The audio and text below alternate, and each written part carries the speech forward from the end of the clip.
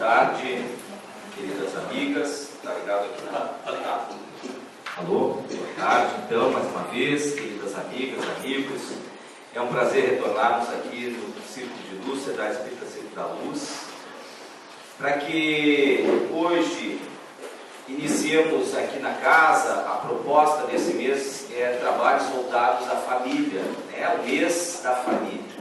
Hoje o título do nosso encontro é Família, Escola de Luz. Evidente que nós percebemos que a família, ela vai com o tempo passando por determinadas mudanças naturais, porque ela é uma célula da própria sociedade. E como sociedade, ela sofre também os efeitos naturais de todas as transformações humanas ao longo do tempo. Nós tínhamos efetivamente um modelo de família, quem lembra lá dos tempos 40, anos 40, 50, dos nossos avós, dos nossos pais, aquele tipo de família não tem nem quase sombra do que existe hoje. Aquele modelo de família era um modelo onde era centrado no homem, né? Era centrado no marido, ele é que determinava todos os rumos dessa família, era sempre a pessoa a ser ouvida, ele que dava a última palavra em tudo. Então era uma família centrada no homem, uma família patriarcal. As próprias pessoas que faziam parte da família, sempre quando se tirava uma foto, o homem ficava no meio, na parte mais alta, os outros ficavam mais baixo, do lado, representava a autoridade que tinha o homem na família. Tudo dependia da orientação dele. Hoje o modelo de família é completamente oposto, né? Teve uma época, até eu li uma crônica no jornal, e diz o seguinte, que a pessoa, quando ele ainda nasceu sobre aquele modelo de família, onde o pai era extremamente respeitado.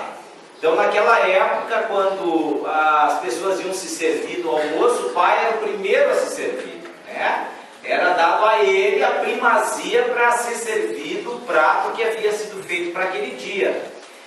E ele lembrava que quando era frango assado, que ele gostava muito, ele ficava olhando para o frango e louco de vontade de pegar a sobrecoxa, que era a parte que ele mais gostava. Mas por azar dele, ele reencarnou numa família que o pai gostava da sobrecoxa. E o pai se servia primeiro e pegava as duas. Ele acabava não comendo sobrecoxa. Eu me cresci, praticamente, quando o pai almoçava, eu não comia sobrecoxa. Hoje eu estou casado e eu pensei assim, bom, agora eu vou casar, vou ter meus filhos, agora eu vou comer a sobrecoxa. Isso mudou, eu continuo não comendo, porque hoje são os filhos que se servem primeiro, e eles acabam tirando a sobrecoxa e eu acabo não comendo. Então isso mostra a transformação do modelo de um tipo de família para outra. Aquela centrada no pai, e hoje dizem que as famílias são centradas nos filhos. E até a gente vai ver um pouco ao longo da exposição o que isso gera em termos de relacionamento hoje, a compreensão da própria família. Porque daí não é mais uma família centrada no pai, a autoridade ao pai, não. Agora a autoridade são as crianças, são os filhos. E o pior desse modelo é quando a gente dá autoridade para quem ainda não sabe exercê-la, porque uma criança não sabe exercer a autoridade, não tem condições emocionais para se exercer uma autoridade. E isso dá problema quando a gente entrega a autoridade para alguém que não está capacitado. A gente vê isso nos nossos relacionamentos do dia a dia, no mundo, no universo, no nosso país, quando a gente entrega a autoridade para alguém que não tem competência para administrar aquela autoridade. Então, porque a gente bateu durante muito tempo naquele modelo que tinha muitas coisas que evidentemente que estavam equivocadas, mas a gente saiu para um lado completamente oposto, batemos tanto que acabamos desencarnando completamente aquele modelo e adotamos um outro modelo, com tantas falhas quanto aquele primeiro. É como se nós tivéssemos dado banho em uma determinada criança e aquela água suja a gente pega e joga a criança com água tudo fora. Quando na realidade a gente deveria mudar aquilo que estava equivocado, mas manter algumas coisas que eram importantes dentro daquele modelo. Mas enfim, nós queremos enfocar aqui também a questão espiritual da família. E aí eu vou passar rapidamente pela questão da preparação espiritual para o retorno. Antes de nós falarmos propriamente dito dos membros da família, é importante nós termos a noção de que aqueles de nós que nos encontramos envolvidos num círculo familiar, esse envolvimento afetivo que temos nessa existência, ele é fruto de um planejamento anterior. Que nós não nos encontramos numa determinada família completamente por acaso, se fosse tão somente fruto de um encontro ocasional e a nosso nascimento fruto também na união de dois gametas que por um acaso se uniram lá no útero e nós acabamos nascendo. Pela doutrina espírita nós conseguimos identificar então que nós somos frutos de um planejamento no mundo espiritual. Então, antes de nós retornarmos, nós fazemos na espiritualidade um certo balanço da nossa última ou das últimas existências. Porque cada uma das nossas existências tem um determinado objetivo. A gente vai procurar extrair daquele aprendizado, dentro de um determinado círculo social, alguns valores que serão valores eternos para a nossa alma. Algumas dessas situações que nós identificamos quando sendo positivas para a nossa vivência, muitas delas a gente pode ter falido, não ter tido a oportunidade de buscar um somatório de enriquecimento daquelas experiências. Então nós falimos em determinadas situações, em outras ainda precisamos aprimorar. Quando a gente faz então esse balanço dessa última existência, vendo aquilo que nós nos equivocamos, aquelas outras situações que merecem de nós aperfeiçoamento das nossas virtudes, tudo isso vai se constituir num conjunto de elementos que vai aos poucos projetando uma próxima existência.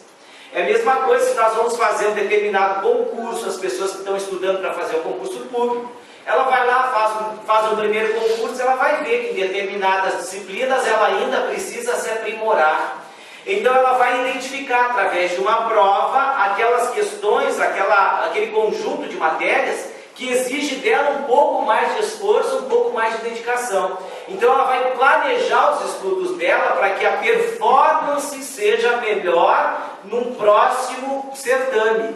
A mesma coisa do ponto de vista espiritual. Nós temos um processo de evolução espiritual, uma determinada existência física tem para aquela existência propósitos muito claros do ponto de vista das circunstâncias nas quais nós nos encontramos envolvidos, e quando nós retornamos para o mundo espiritual, a gente avalia se aquelas circunstâncias que nos vincularam na função de pai, de esposo, de irmão, de filho, de cidadão numa certa sociedade, da nossa atividade profissional, se em todos aqueles papéis que nós desempenhamos naquela vida, quais deles em que nós fomos vitoriosos? Em quais outros nós falimos em determinadas situações? Isso tudo então vai projetar uma próxima existência. Então se faz esse balanço. Há necessidades então algumas para corrigir, que vão implicar naquilo que nós chamamos de expiação. Algo que nós abusamos numa determinada existência vai gerar numa outra uma certa carência como necessidade de correção. Ou então nós vamos nos aperfeiçoar, é aquilo que nós chamamos de prova. Eu vou passar por determinadas situações, que essas situações vão exigir de mim capacidade, de dedicação, para que eu possa aperfeiçoar aquele conjunto de virtudes ou cognitivas que são indispensáveis à minha evolução espiritual.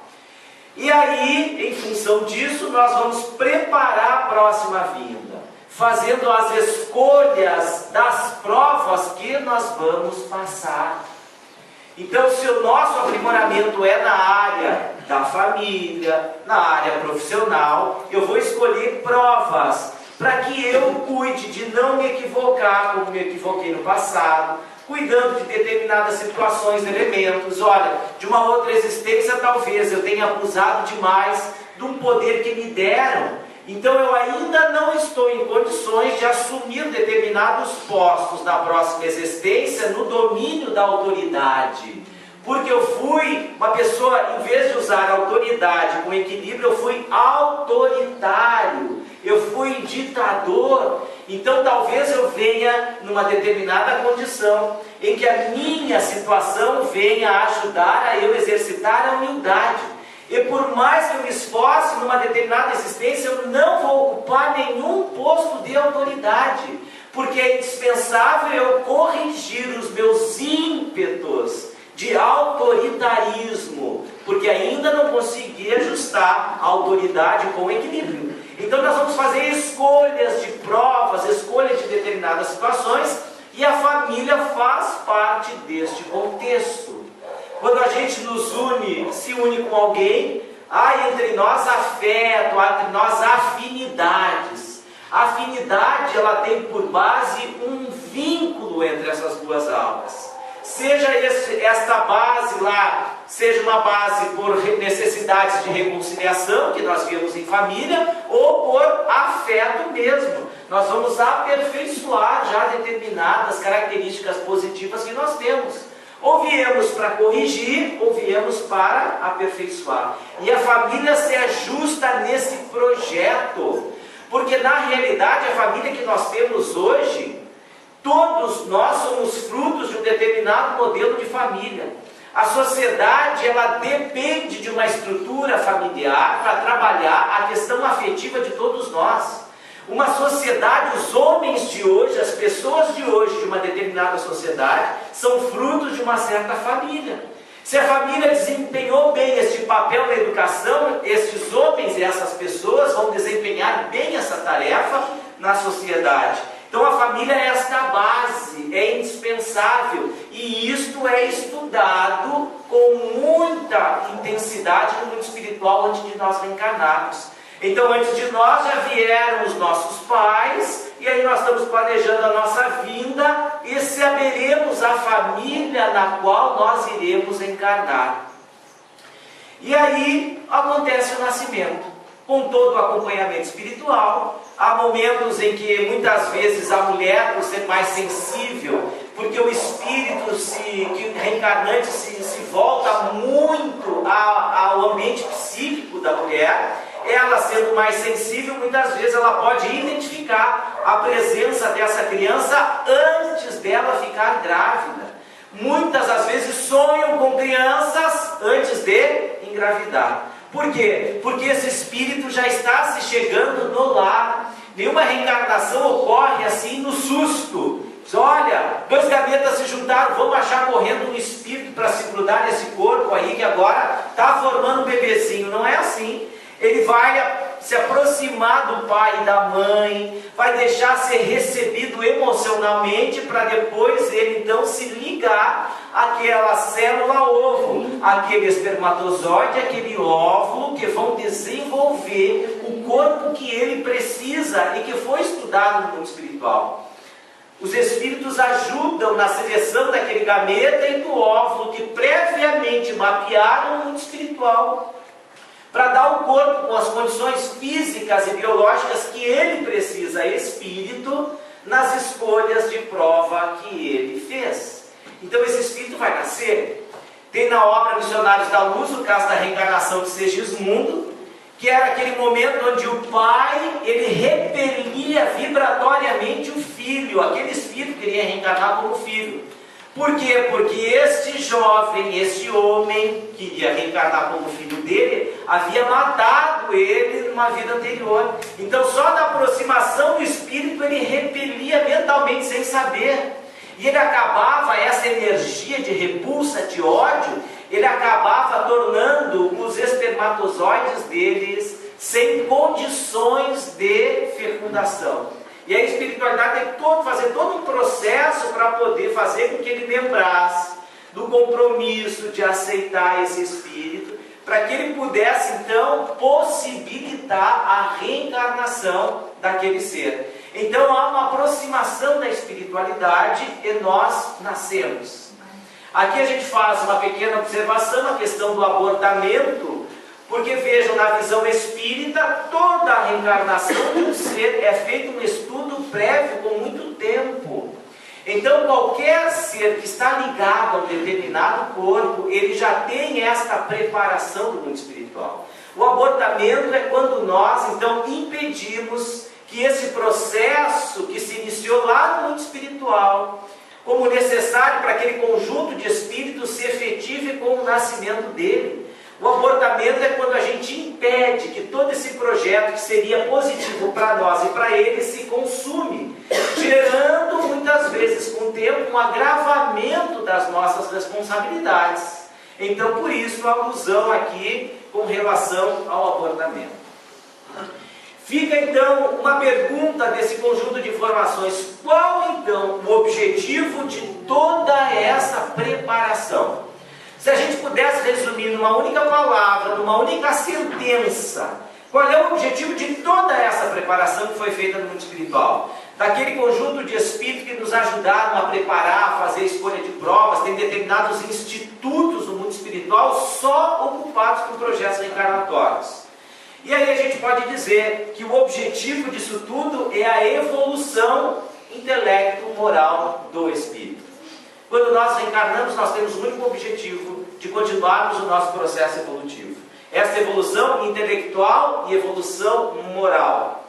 Tanto é mais importante esta noção desse princípio de evolução ético-moral, porque nós dizemos que na realidade, todos os nossos projetos reencarnatórios, eles têm como objetivo único desenvolver os nossos potenciais de amor. Sempre desenvolver os nossos potenciais de amor. Isso é tão importante porque então em tudo que nós realizarmos na nossa vida, nós temos que ter como premissa que aquelas situações pelas quais nós estamos passando, elas têm como objetivo desenvolver os nossos potenciais de amor. Se eu sou um professor, desenvolver os meus potenciais de amor na educação. Se eu sou um funcionário público, desenvolver os meus potenciais de amor naquela relação, exercitando a minha tarefa em função do próximo, do público, dos outros, do cidadão, da cidade, do estado, do país. Desenvolver os meus potenciais de amor em tudo aquilo que eu vier a realizar minha tarefa, onde a gente colocar o nosso dedo, onde a gente apresentar as nossas ideias, nós estamos ali num projeto maior, que é desenvolver os nossos potenciais de amor. Porque se Deus é amor, como disse o apóstolo João, e nós somos feitos à imagem e semelhança de Deus, o nosso projeto, por finalidade, é desenvolver estas nossas potencialidades do amor. E a partir daí, nós passamos por várias fases. Nós passamos pela fase da infância, que dizem os espíritos lá na questão 380, é um momento ainda de perturbação para o espírito. Ele reencarnou, ele vai diminuir de tamanho, o corpo espiritual dele vai diminuir, ele vai perder as suas reminiscências do seu passado, para entrar naquele corpo em formação, para que ele possa estar se aprimorando através do processo da educação. Quando nós reencarnamos, nós entramos então nesta fase que para o espírito, imaginem, é ainda um período de certa perturbação, porque ele sai do mundo espiritual, já como se fosse com um mapa das coisas que tem que fazer, ele sabe de algumas dificuldades pelas quais vai ter que passar para o seu aprimoramento, e isso gera ansiedade no espírito. Quando a gente vai fazer alguma coisa nova, isso não dá uma ansiedade na gente. Imagine vocês preparar alguém, vocês, ou que chegasse agora, diz, olha, o Velocino ligou 2:55, está afônico, uma gripe danada, e aí olha para algum de vocês assim, diz, olha, o amigo vai fazer a palestra hoje, o que dá? Essa pessoa fica com as pernas bambas, não fica? Dá uma ansiedade, mas assim, vai ter que fazer agora. Isso gera uma ansiedade, porque eu não sei como é que eu vou me portar, como é que eu vou falar, e a gente entra no processo natural de ansiedade e de perturbação. Então o espírito também, ao reencarnar, ele se encontra nesse estado de perturbação, porque essa ansiedade, não sabendo se vai dar conta de tudo aquilo que ele havia planejado, porque até o próprio processo de escolha das nossas provas faz parte do exercício do nosso livre-arbítrio. Nós temos a possibilidade de escolha, logo nós somos responsáveis pelo tipo de escolha que fazemos. E a aceleração do processo evolutivo depende de nós. Se nós quisermos colocar mais situações que façam com que a gente tenha mais atenção em determinadas situações, que a gente passe talvez mais dificuldades para aprimorar determinadas qualidades mais rápidas ou não, depende de nós, é a escolha que nós fazemos. Então o Espírito retorna a uma certa ansiedade. E diz André Luiz que até os 7 anos de idade, esse processo reencarnatório do ponto de vista biológico, ele vai se concretizar até lá por volta dos 7 anos de idade. Por quê? Porque é nesse período em que o próprio ser começa ele a produzir o seu próprio sangue, a sua estrutura física orgânica, que prepara todo o sangue do organismo. Quando ele nasce, ainda a gente tem um pouco daquilo que é da nossa matriz materna, daquele conjunto de células, das hemácias que fazem parte também dessa possibilidade da gente angariar do ventre feminino. Agora, depois dos 7 anos de idade, isso cria uma maturidade orgânica. E eles dizem, é a esse momento que o perispírito então está completamente vinculado a este corpo, e do ponto de vista físico, isto já efetivamente se deu, até mais ou menos 7 anos de idade. E diz Kardec, lá na questão 383, que é neste período da infância que o espírito está mais acessível a receber informações e a educação que provém dos pais. Por isso a importância da infância. Porque imagina, quando a gente chega lá por volta dos nossos 60, 70, 80 anos de idade, dali para frente muito pouco a gente vai mudar, não é? A gente já tem as nossas manias, os nossos jeitos, as coisas que a gente quer. Então a gente, quando começa a conviver com as pessoas dessa idade, a gente percebe isso. Eu vejo pelo meu pai, a mania, que ele tem horário, que ele gosta de acordar. O café ele leva em torno de 1 hora para preparar todo o café dele, porque primeiro ele põe a xícara com água dentro do micro-ondas, ele vai fazer outras coisas, faz o sanduíche dele, ele arruma não sei o que, de pai, porque já não aquece a água? Não, devagar, depois tem a hora de aquecer a água. Eu gosto de já botar o café quando já está na hora que eu for beber. Então tem um ritmo.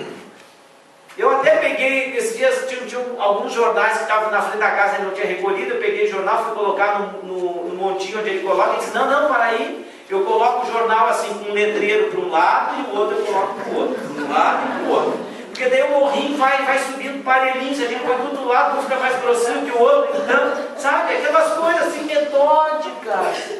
A pessoa não vai mudar mais depois dessa idade, é por isso que a gente desencarna. Porque a gente já se cristalizou de agir de um certo jeito, que por mais que queira, não, a pessoa começa a ficar difícil de aceitar umas certas inovações sociais, as mudanças já não afetam mais elas acham que sempre aquela geração está perdida, não é assim? O que está acontecendo? Está na hora de desencarnar, para depois voltar como criança para aprender num novo contexto. Porque é aqui que o espírito está mais acessível para recolher essas informações. E aí o cuidado que nós pais temos de ter nessa fase. Porque na questão 382, Kardec também perguntou à espiritualidade se é missão dos pais a educação dos filhos. E os espíritos disseram, não só missão, é um dever dos pais a educação dos filhos. Justamente por isso. Porque eles são, como naquele momento, uma esponja. E a gente tem que dar a eles todo o processo de construção de afeto, de autoridade, de limites, de exemplos, que tem que ser dado neste momento, porque o espírito está acessível. Não é deixar as coisas passar. Se a gente quiser educar depois na adolescência, vai ser muito mais complicado. A atenção e o carinho que se tem que dar, todo o envolvimento e prestar atenção nas mínimas coisas é agora, nesta fase infantil. Tem até um amigo psicólogo que diz o seguinte, ele até brinca e diz assim, a gente não educa, diz ele, também através do exemplo. Ele diz, a gente educa só através do exemplo. Não é também através do exemplo, mas só através do exemplo. Porque a criança é essa esponja. E ela vai absorver tudo aquilo que nós efetivamente fizermos. O que nós fizermos para ela tem mais relevância daquilo que nós obrigarmos ela. Porque muitas vezes o nosso discurso pode estar dissociado da prática. A gente diz uma coisa e faz outra. E aí ele interpreta, já, se nem o pai nem a mãe conseguem fazer aquilo que dizem, como é que vão cobrar de mim? Então ele acaba se baseando naquilo que ele vê como exemplo. Porque as crianças pegam isso no ar. Eu me recordo de uma ocasião que fui com meu filho no pediatra, e naquele dia a secretária estava afônica. E ela foi puxar conversa com o Eduardo pequeno, já tem uns 4 anos de idade, 5 anos de idade. Ela se debruçou na mesa ali da secretaria, e ela olhou para o Eduardo e disse assim, que ela estava afônica, disse assim: oi Eduardo, tudo bem? Aí ele estava brincando, daqui a pouco ele parou, viu aquilo, olhou para ela e respondeu para ela assim: oi, tudo bem? Quem fez isso? Porque ele entendeu que era para falar baixinho ali. Não precisava dizer, ela falou baixinho, ele respondeu baixinho, não é? Porque as crianças pegam no ar as coisas. Um outro exemplo de que elas pegam no ar. A tia da minha esposa foi visitar a neta. E aí, depois do almoço, convidou ela para brincar no playground do prédio, lá do edifício onde morava a filha dela. E estão descendo então pelo elevador, estão lá no 12º andar, e aí estão as duas descendo, só as duas no elevador. E quando vinha descendo o elevador, ela dizia assim, e começou a me dar umas cólicas. Uns gases começaram a se atravessar na minha barriga, mas estava só eu e a minha netinha, e eu acabei me aliviando de algum daqueles gases que estavam me incomodando. Silencioso, não identificou a autoria ali no momento. Porém, o elevador parou no 7º andar. Abriram-se as portas, entrou outro cidadão lá para dentro, as portas fecharam. Quando o elevador começou a descer, a netinha dela, de uns 5 anos, pegou, puxou no casaco daquele homem. Quando ele olhou para ela, para baixo, ela disse assim: professor, está sentindo esse cheiro? Foi a minha avó. Eu fora. Não tem nada a ver. Isso não me pertence. Por que isso? Porque as crianças pegam as coisas no ar. Literalmente, elas pegam no ar as coisas. Então, a gente tem que perceber que são os nossos comportamentos, os nossos atos que marcam na criança, o exemplo que a gente dá. Por isso a nossa missão é a formação de caráter dos filhos. É formar esta base afetiva e formar o caráter. Aquilo que é para fazer, aquilo que não é para fazer, é os pais que têm que determinar. E esse é um problema de um modelo atual de família em que os filhos são os reis, em que a gente dá o trono a eles. E os psicólogos já começam a identificar problemas sérios aí, em que dá-se autoridade para quem não tem maturidade para exercer autoridade. E tudo eles é que determinam. Se daqui a pouco vai trocar o canal, que ele está vendo um desenho, tu acha que aquele desenho é violento demais, ele é capaz de bater na tua mão, você não deixa aí. Quem é que mandou tu tirar? Eu quero ver esse filme. E aí a mãe e o pai ficam quietinhos. Sabe, se eu implicar, ele vai dar um estresse, mas a gente deixou criar aquela situação. Porque nós não demos limites. A gente tem dificuldade de criar esse caráter. Porque nós temos um modelo que muitas vezes talvez nós odiássemos, porque o pai dizia tudo. Mas acontece que muitas das coisas que ele disse, depois com o tempo a gente deu a razão para eles. Não, o pai tinha razão de cuidar disso. Dava autoridade. Um amigo disse o seguinte, que morava lá no Nordeste, disse que uma vez o avô dele deu para ele um abadá para ele aproveitar lá o carnaval, e ele tinha 16 anos de idade. Quando ele chegou em casa mostrando o abadá, queria participar do trio elétrico lá, a mãe dele disse: não, tu não vai. Mas como assim, mãe? Não, tu não vai. Não, mas o avô me deu, pode ter te dado, mas tu não vai. Tu é jovem demais, 16 anos de idade, e tu não vai entrar com essa idade no trio elétrico, fazer as coisas que as pessoas fazem lá, porque tu não tem maturidade para isso, tu não vai. Porque se tinha autoridade. O filho escutava o que a mãe tinha para dizer. E ainda assim ele tentou retrucar, ele disse assim, mas quando eu tiver 18 anos, tiver com as tuas próprias pernas sustentando, porque aqui em casa quem coloca a comida, quem sustenta essa casa, paga a luz, sou eu. Enquanto tu for inquilino meu, aqui tu vai fazer o que eu disser que é bom para te fazer. Mãe, tu não me ama? Ela disse, não, eu te amo sim, é por eu te amar que eu tenho que te mostrar aquilo que tu tens que fazer, aquilo que não tem que fazer. É a autoridade dos pais que não podem ser abdicada de momento algum. Porque a gente está criando esse outro modelo que o pai parece que tem uma preocupação muito grande de ser amado pelo filho. No nosso tempo, a gente chegava a perguntar para o pai e para a mãe assim, mãe, tu me ama? Pai, tu me ama? Vocês se lembram se vocês perguntavam isso para o pai de vocês ou para a mãe? Nós perguntávamos. Hoje é o contrário, hoje são os pais que ficam perguntando, filhinho, tu ama papai? Filhinho, tu ama mamãe? Como se a gente tivesse uma necessidade de que eles nos amem. Daí a gente faz de tudo, e eles fazem de tudo, porque a gente quer ser amado. Só que a gente esquece que amor é um sentimento complexo, que só pode ter efetivamente o amor quem tem maturidade. E uma criança, ela tem desejos. Ela ainda não tem uma estrutura emocional capaz de entender o que é amor. Porque o amor, na realidade, é uma escolha que a gente faz. E quando essa mãe desconhecida dizia para ele, não, tu não vai, ela diz assim, mãe, mas e se eu não te amar quando eu crescer? Esse é um problema teu, porque amor é uma escolha, eu escolhi te amar. Por eu escolher te amar, é que eu faço aquilo que é melhor para ti. Se tu não me amares quando tu crescer, esse é um problema teu. É uma escolha que tu vai fazer, mas enquanto for o meu papel de te ajudar nesse processo educativo, esse papel eu não abro mão. E tu não vai nesse trio elétrico, enquanto estiver aqui nem com 18 anos. Se eu achar que tu não tem que ir, tu não vai, e ponto final. E a gente sabe depois, com mais idade, que os pais têm razão. Então a autoridade. Os pais, como missão, ou como diz o Livro dos Espíritos na questão 382, têm o dever disso. O dever. E aí a questão da evangelização infanto-juvenil.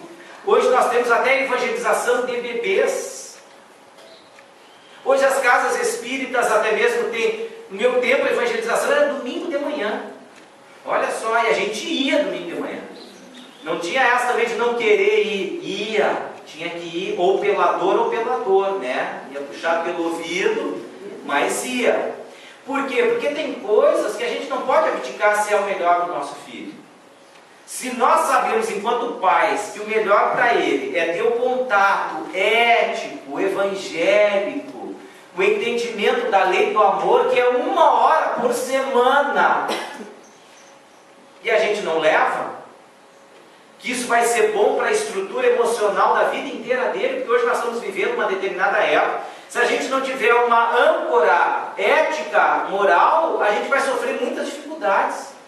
Porque hoje o mundo é um mundo que tem ainda muita expressão consumista, onde quer que a gente vá. A vida tem muitas vezes um outro sentido. Se a gente não tiver uma contraparte ético-moral para analisar e contrabalançar tudo isso, a gente vai ser arrastado por essas situações. Então a evangelização é indispensável.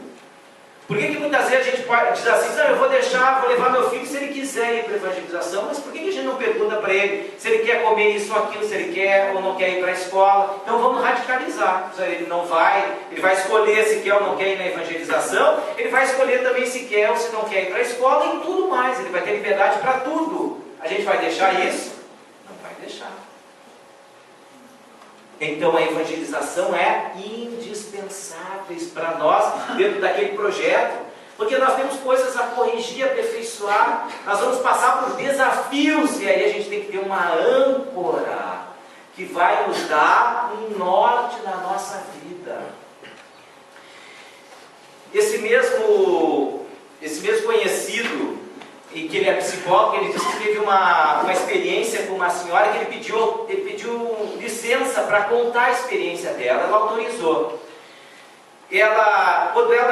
Quando tinha um menino pequeno, ela levava ele na evangelização infanto-juvenil, levava ele forçado, tinha vezes que ele brigava e ela levava mesmo assim. E ela ficou se questionando, ele é adulto agora, ela ficou se questionando, será que eu fiz certo? E ela resolveu perguntar para ele. Ela disse que desde os que ele era um menino diferente. Diz que quando ele estava com 2, 3 anos de idade, ele viu um programa de televisão em que se apresentavam as pessoas lá para danças e tal.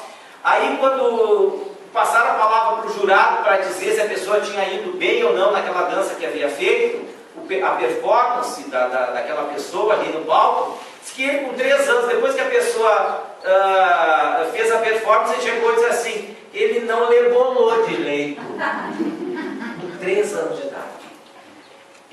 A mãe ouviu aquilo ali, quando passaram a palavra para o carinho de Jesus, o carinho de Jesus disse, não, tu não rebolou como deveria rebolar, tu deveria ter rebolado mais. Ela ficou impressionada, como é que ele com 3 anos de idade já percebeu isso naquela pessoa? Ele era uma pessoa diferente. Depois, com o tempo, eu percebi que a diferença dele era até da identificação com o corpo dele. Ele não se aceitava naquele corpo de menina, ele queria ser uma menina.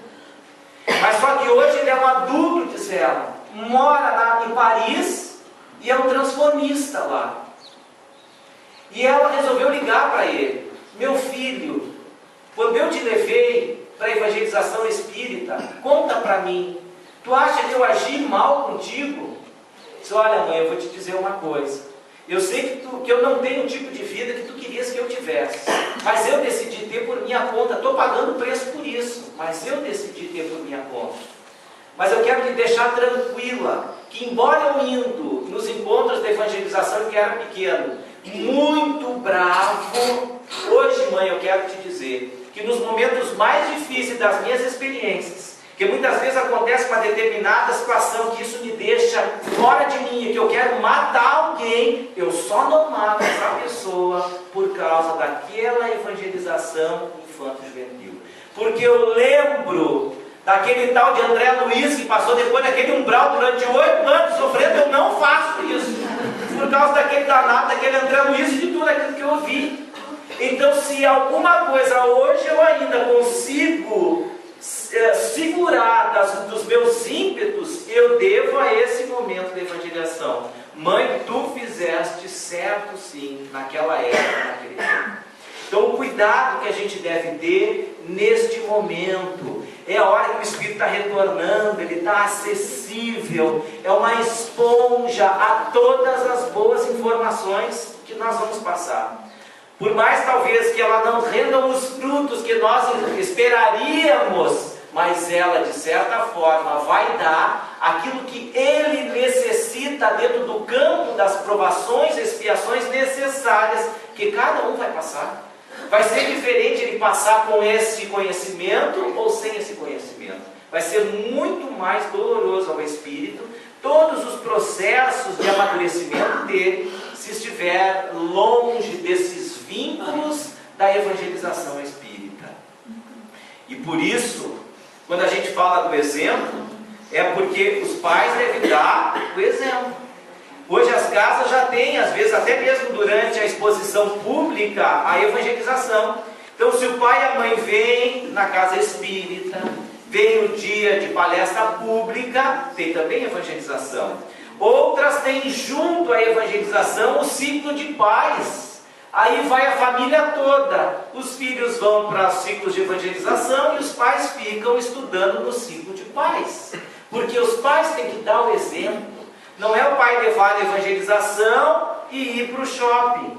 Não é a mãe levar na evangelização e sair. E só o filho que vai lá. Não, nós temos que dar o exemplo. Ou é bom para todos ou não é bom para ninguém. Então é o exemplo que vai valer muito durante todo esse processo. E depois nós temos o período da adolescência, alguns dizem da aborrecência, né? Em que os jovens passam nesse período de uma certa turbulência, porque é natural. Antes nós tínhamos ali uma sedimentação da estrutura física do processo reencarnatório, e agora que vai se dar o surgimento ou a expansão da estrutura psíquica, quase que por completo, daquele espírito reencarnante. Durante a infância ele estava mais acessível às informações da família. Agora ele já começa a mostrar um pouco mais quem é esse espírito. Mas ele ainda está no processo de adequação de todas essas emoções. Por isso que o adolescente é alguém que oscila muito, não é? Olha, ele está está numa grande euforia, alegria, olha, está lá numa depressão, lá embaixo, pelas mínimas coisas, né? Às vezes algo que contraria ele entra num processo de depressão profundo. Já o primeiro namorado que briga, a primeira namorada que briga, meu Deus, parece que o mundo vai acabar, não tem colorido, aquela coisa, e a gente olha e essa é só a primeira decepção. Vão vir tantas outras depois, a gente vai criando uma casca para isso, mas para ele aquilo ainda é um grande motivo de preocupação, de desespero, porque eles oscilam, né? O adolescente está sempre oscilando. Ele precisa, para esse vínculo afetivo dele, ter grupos. Por isso que ele se sintoniza em termos de roupa, de vestimenta, de forma de apresentação, de cabelo, enfim. Eu me recordo uma vez que um sobrinho, estudando na escola pública, tinha um grupo de amigos que tocava música na hora do recreio.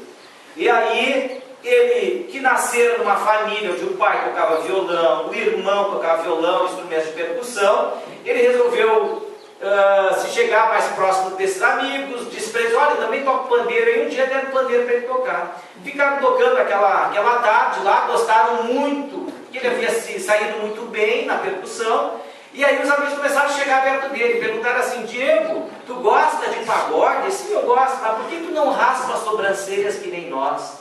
Naquela época os pagodeiros raspavam as sobrancelhas. Era uma maneira dos adolescentes se identificarem, porque eles têm tribos, né? Até mesmo em termos de linguagem, que muitas vezes os pais acabam procurando entender o que é essa linguagem. Até a forma de falar, hoje em dia tem uns que falam assim tão rápido, a gente tem que ficar, opa, o que é que está falando, para botar um Google Tradutor ali, porque não consegue identificar. Mas são aspectos desse momento.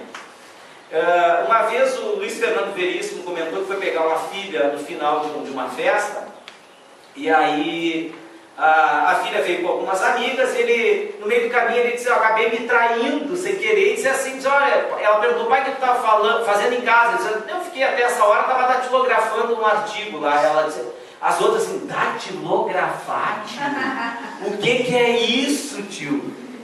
Mas ele se traiu, é claro que ele não estava datilografando, não estava usando uma máquina de datilografia, ele estava usando um computador, mas ele ainda estava na época de bater um documento, né? O meu pai ainda diz: não, eu vou bater um documento, que era datilografar, porque a gente praticamente batia, tinha que bater nas teclas, né? Hoje em dia é só levemente apertar. E aí essa amiga da filha do Veríssimo perguntou: mas tio, o que é isso, tio? O que é datilografar? Ele disse: ah, minha filha, datilografar, deixa eu dizer, é tipo assim, eu já comecei na linguagem dela para a gente procurar se entender. É tipo assim, é como se estivesse digitando e imprimindo ao mesmo tempo. Digitou e imprimiu, digitou e imprimiu, digitou e imprimiu. Ah, que interessante essa máquina, né? Era isso, né? Digitou e imprimiu, digitou e imprimiu. Nessa época era assim.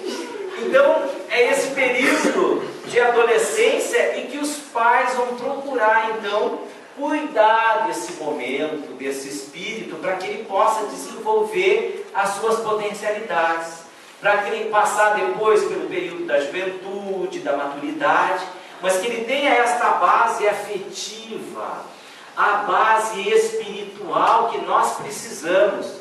Porque o objetivo nosso aqui na Terra é desenvolver os nossos potenciais de amor. E a gente vai perceber, isso é sinal que já está terminando o meu tempo. A gente vai perceber no final da nossa existência que a vida é aquilo que nós fizermos dela. E nós temos que dar aos nossos filhos todo o ferramental para que esta família seja mesmo esse halo de luz na nossa existência, porque tudo está em nossas mãos. E a gente compreender que no final da vida, tudo aquilo que fizermos dela, terá sido em função das nossas escolhas, boas ou más, mas escolhas. Se nós tivermos segurança das escolhas que vamos fazer, nos sairemos melhores desta rica oportunidade da vida.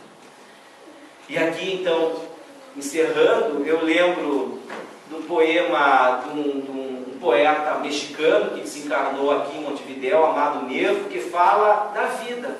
E já no final da vida ele percebia que não tudo havia das suas ações. Ele diz assim: já bem perto do ocaso, eu te bendigo a vida, porque nunca me deste esperança mentida, nem trabalhos injustos, nem pena imerecida. Porque vejo que ao final de minha longa jornada, minha sorte foi por mim mesmo traçada. Se extrair doces méis no fel das coisas, é porque as adocei e as fiz amargosas. Quando eu plantei roseiras, eu colhi sempre rosas. De certo, aos meus ardores seguirá outros invernos, mas tu não me disseste que maio fosse eterno. Longas achei, confesso, minhas noites de pena, mas em troca tive algumas santamente serenas. Fui amado, afagou-me o sol, para que mais? Vida, nada me deves, vida, estou em paz. Quando nós adquirimos esta maturidade da vida, estamos em paz, porque sabemos que tudo é fruto das nossas escolhas e como consequência nós temos as responsabilidades. Que Deus abençoe a todos nós, oriente em nossos papéis de pai e mães, para dar aos nossos filhos todo o nosso carinho, mas aquele carinho efetivo que não abre a mão da autoridade, do pulso, do afeto, para que eles possam sair-se bem no projeto reencarnatório das suas existências. Muito obrigado.